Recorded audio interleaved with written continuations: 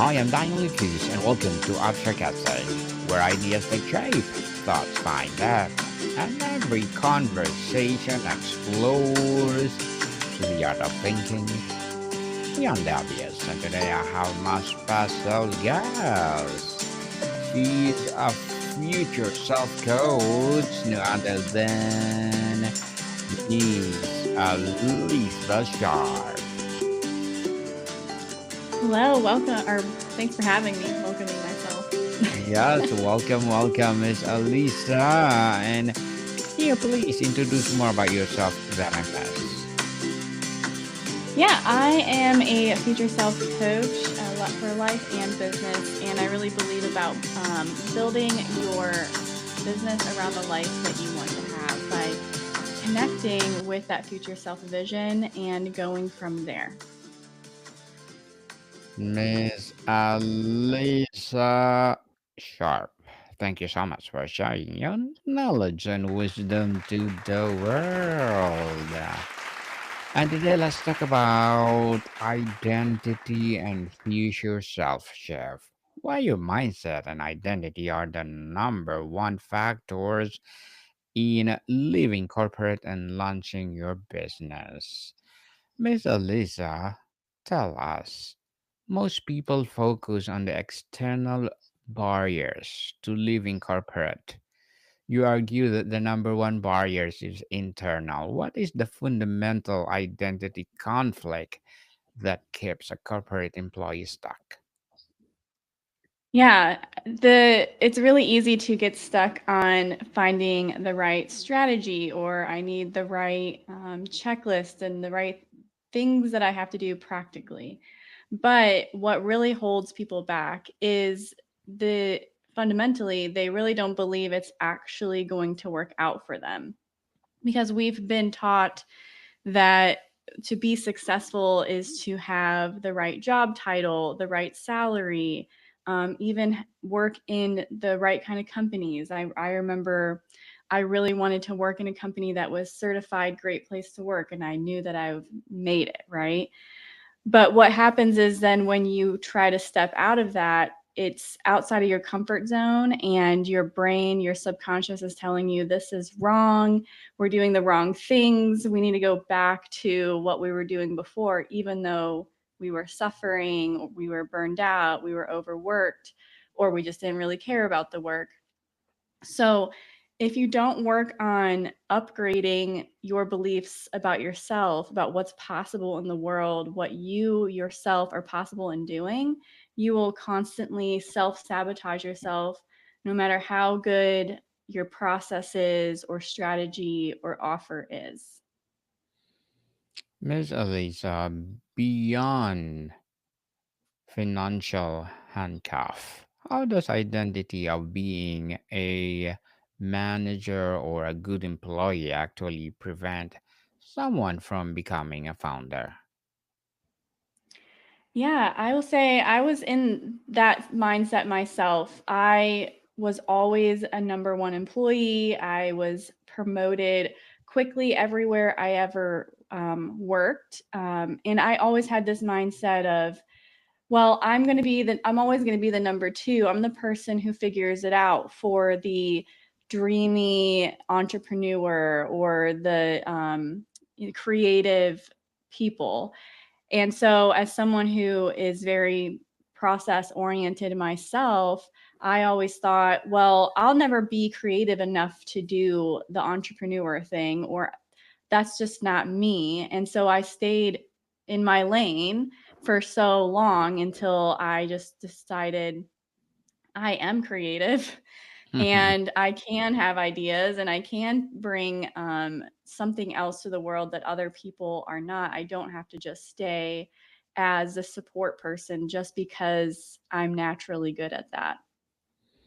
Naturally good, for sure. Is it possible that the very competence that made someone successful in corporate creates a new form of imposter syndrome when they think about starting over, a novice entrepreneur?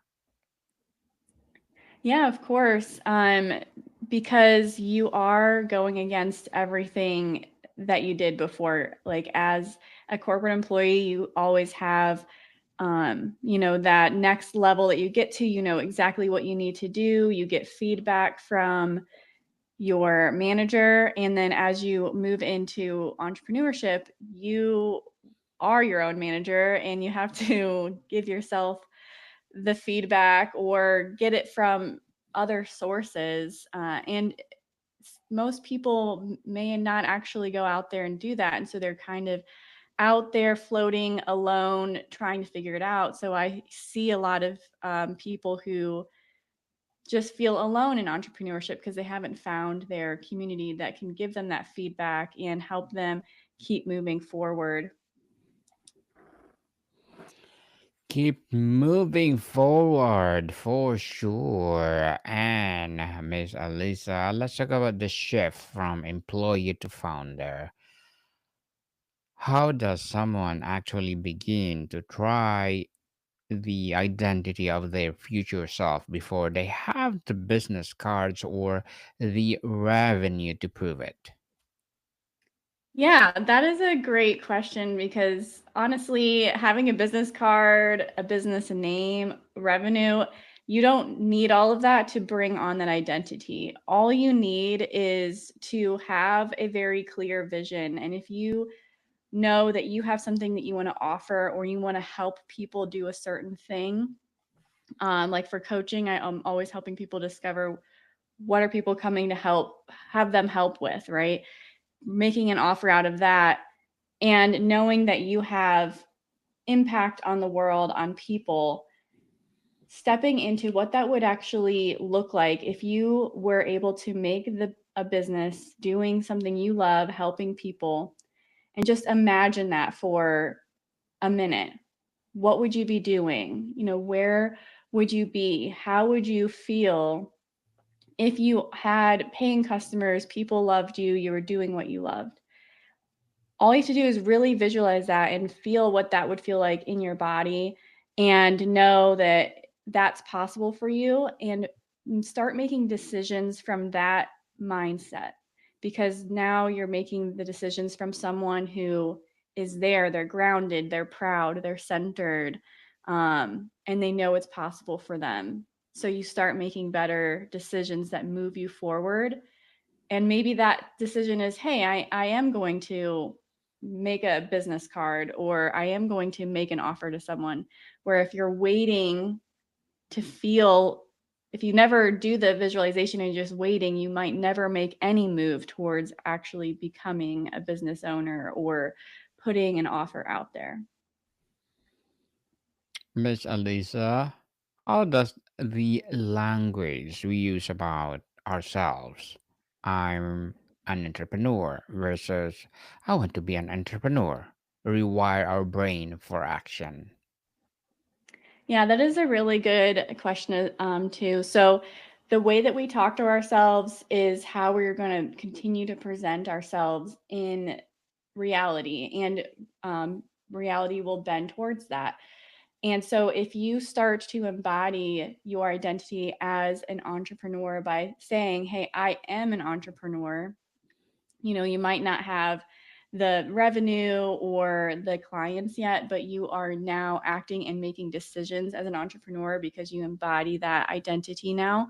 You, like I said, you go out into the world and you kind of have that vibe about you, and some people can feel the difference in your energy. The caveat I think sometimes with affirmations that we can run into is if you feel like you're just lying to yourself, if you're just like, I am an entrepreneurial, but really you kind of feel a little bit icky or you feel a little bit like sticky, there's still something that means there's still something in you that really doesn't believe that it's going to work out for you. And that's a point where you need to be aware, like, hey, I'm trying to say I am this new identity, but there's something that I'm still stuck on. And that's where you can journal and figure out what is blocking you from believing that you can actually do it.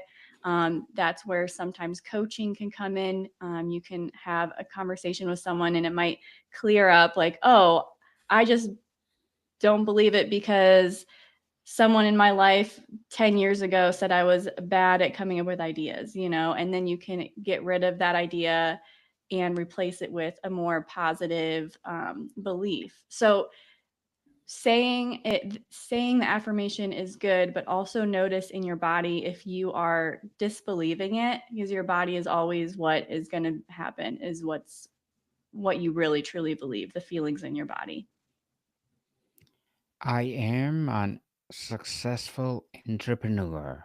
That will be your mindset, people, so that you will be successful indeed. Mindset, for sure. Climbing the corporate ladder is a clear path. How does someone learn to be comfortable building their own ladder where the ranks are invisible at first? There is unfortunately no way to be comfortable other than to start to be uncomfortable with the idea of not knowing, uncomfortable with the idea of being uncomfortable, and knowing that you are going to be outside of your comfort zone for a very long time, but coming back and knowing that you remembering every day, celebrating even the smallest wins helps you keep yourself on solid ground and keeps your resilience going so you can continue to grab towards that next invisible rung. And again, always asking for feedback. You can join different communities of entrepreneurs, Facebook groups. You can ask people directly. I do that sometimes. I'll just reach out to people who follow me and whoever interacted to be like, hey, how is this post landing? Should I say something better? Don't be afraid to just ask people for feedback. Um, it's not rejection. It's if you get bad feedback or if they're just like, I have no idea what you're talking about. It's just a redirection for you. And that's the only way you can get direction when you're out there as an entrepreneur, is just to ask.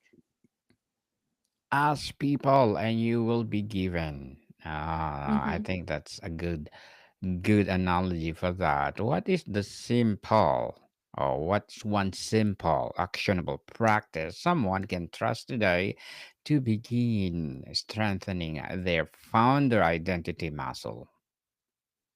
Yeah, I think a daily practice that helps me is I actually have a vision kind of document where I've written a pretty detailed version of me, like of 2 years in advance. This is who I am. This is how I show up in the world. This is what I've achieved. And just keeping that clear vision um, daily and remembering that this is the version of me that I'm making decisions from. And just reminding yourself daily, like to embody that version of you and let go of the current or past version of you, because you are now moving towards a bigger and better vision.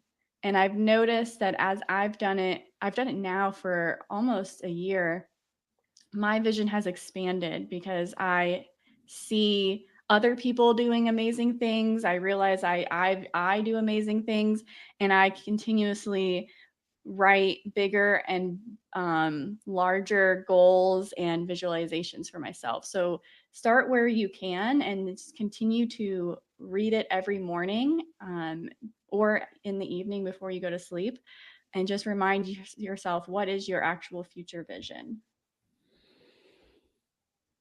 Miss Alyssa, tell us how can aspiring entrepreneurs collect a proof of their new identity through small low-risk actions before they ever give their notice?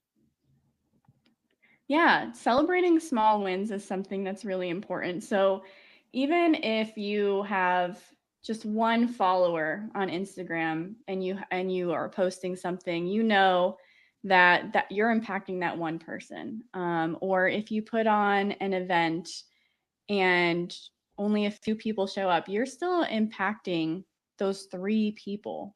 And I would just encourage you to show up as if you are talking to 10,000 people every single day, no matter how many followers or how many people are at your event. Because as you continue to impact small numbers of people, that creates a ripple effect, and they share your message. It eventually snowballs. But also, outside of just what you're sharing, just celebrate yourself for even making hard decisions. Entrepreneurs, you have to decide, you have to say no to things sometimes. And if you are able to step into your future self and say no to certain opportunities, or start to remove yourself from relationships or experiences that are detracting from your vision, those are things to celebrate as well. They might not be visually seen by other people on the outside, but you know that you are starting to make changes in your life that are impacting how you're going to be in the future. And those are things that will continuously to reinforce your identity, the identity that you want to have. Um, and it'll start to snowball, and you'll start to see things everywhere. Miss Alyssa, uh, how important is it to change your peer group during this transition? And how can someone find people who will see them as the entrepreneur they are becoming? Yeah, it is actually really important to update your peer group, because the people that you hang around with are affecting your attitude, your beliefs, like your vibes, more than you really know until you start to change who you're hanging out with. Um, so if you're with people who don't believe in you or are just like, good luck, you internalize that, and you are silently saying those things to yourself in the back of your head. If you find groups of people who believe in you and they just are solid, um, then you start to be like, oh, okay, yeah, I can do this. And if you find yourself in groups of people who are way more successful than you, that will expand your vision. And I've been part of an entrepreneur group of people who make like 100K a month or more, and that is so far from what I'm doing right now, but I know now that it's possible. So that is in my vision, and those people who are successful are never going to judge someone who is just starting, because they know you have to start somewhere, and they will only pull you forward. So it is super important to start to surround yourself with people who are further along on the path than you, and people who truly believe in the dream that you're trying to achieve. Miss Alyssa, I want that 100,000 a month. Imagine. Me too. Both of us, we want that 100,000 a month. Oh my goodness. So, how do you maintain your new identity well? Or when will meeting people in your life still see you as a corporate person and question your risky life choices? Yes, I love to talk about this, because a lot of people will talk about identity upgrades and mindset as, reprogramming the software of our brains, which is true. You can, have a metaphor between how our brains work and how software works. But the difference is, it would be nice if it was like software where you could just download Mindset 2.0 and be done with it. But it's not. It is a practice, very much like going to the gym. If you are someone who went to the gym and you lost a ton of weight and now you are super fit, it's not that you suddenly stop going to the gym. Like, you have to then maintain it. One, the big hurdle of just updating your programming and getting rid of like all of our limiting beliefs and things that are holding us back, replacing it with that new identity of planning from possibilities and excitement and vision. you have to maintain that because we have been programmed our whole life to talk negative about ourselves, to think the worst is going to happen, to be as risk averse as possible.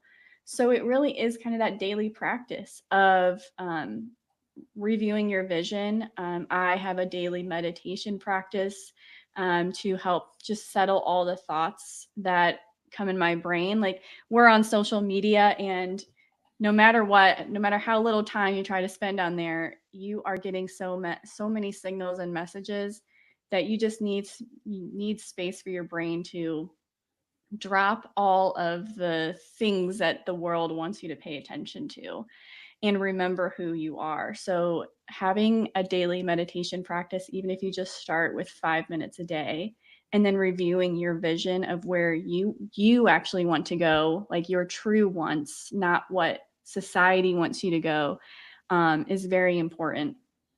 And that's a hard part too, is letting go of what society expects of you. That was one of the hardest things for me to let go because I was like first generation going to college. I had a like a white collar job. Like it, I was doing everything perfectly, and it was hard to. I felt like I was going to disappoint a lot of people, right? But I had to Yes. let that go and realize my life isn't about making sure other people aren't disappointed. It's about building this impact that I have this calling for. And so you have to just let go of disappointing other people or what other people think about what you're going to do, because the only people that really matter are the people that you're trying to actually help. And if you are still stuck worrying about what other people are thinking about you and judging you for, then you're not able to help the people that are waiting for you. What was the most difficult part of your own identity shift from your corporate self to your entrepreneurial self? I think one of the most difficult things that I had to learn was the money mindset and realizing that despite my financial success, I had a scarcity mindset and I was afraid to spend money. I was also afraid to ask for money. Like I was afraid to just price my programs at a price that would be sustainable for me to have a living. And at first, I had coaches that said, just do it.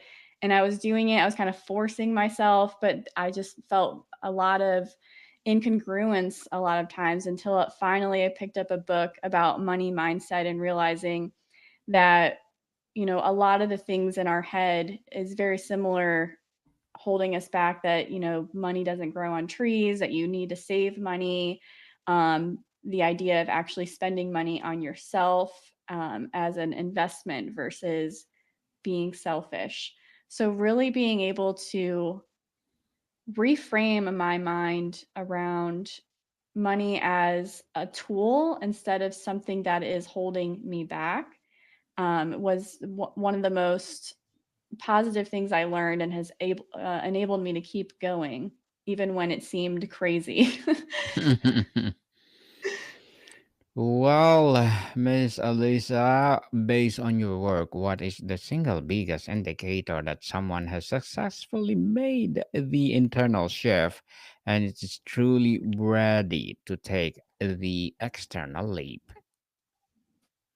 I would say I can see when people make the shift because their vibe just changes. It just suddenly seems like it they go from 0 to 100. Like, I don't know if I'm going to do that, or I don't know what I need to do. But as soon as they make the shift, you just suddenly know exactly what you need to do and you start taking action. You almost don't even need me to tell you what the action is, because you have now embodied the identity of someone who takes action. And so you figure it out because you've asked your future self guide and you've connected with them. And so they innately know, oh, of course, this is what I'm supposed to be doing. Like, I don't know why I was worrying about all that stuff before. So you can kind of see that they've um, stopped resisting and they start figuring out what is the next step on their own. Miss Alisa, before we wrap up our discussion for today, I'm inviting you to please do listen to my other podcast, people. My other podcast, because my abstract essay is already in fifth season, abstract poetry in second season, and my book 101 review in fifth season too. Comedy 101 in second season, and my food 101 in fifth season as well. Geography 101 in fourth season, and my baby podcast Low 101 and mental health 101 love letters in third season, and movie 101 review and music 101 in fourth season, and science 101 and sex 101 in its first season. Please listen to them wherever you listen your podcast. So, Miss Alisa, for someone listening or watching right now who feels the tag to leave corporate but it's terrified, what is your one message of encouragement about the power they already hold with their own mind? Yes, my one message of encouragement is you, like you said, you have the power of your own mind. Take the time to just go internally, meditate, connect with a version of you that what you want your day to day to be. And just remember to embody that every day. I just had a session with someone earlier who did a visualization, and he said he felt so much lighter and happier because he was visualizing his day after he's succeeded. And you have access to that feeling whenever you want. You just have to go into your visualization and know that you're on the path to that feeling. So that's what I would suggest. Miss Alyssa Sharp, thank you so much for sharing your knowledge and wisdom to the world. So, can you please invite our listeners to support your advocacy, your business, or whatever projects that you're doing right now? Yeah. If you are interested in working with me, I have the Freedom Creators Club if you want to leave corporate and build your coaching offer. If you want to do that in Costa Rica, I'm having a 7-day retreat next June where we'll be in the mountains of Costa Rica, connecting to our future self and leaving with an offer that you can market after. Yes, people, let's support Miss Alyssa Sharp because if you support her, for sure, more and more empowering business to come. So, Miss Alyssa, thank you so much for your time. Thank you. Moticon people, see you soon.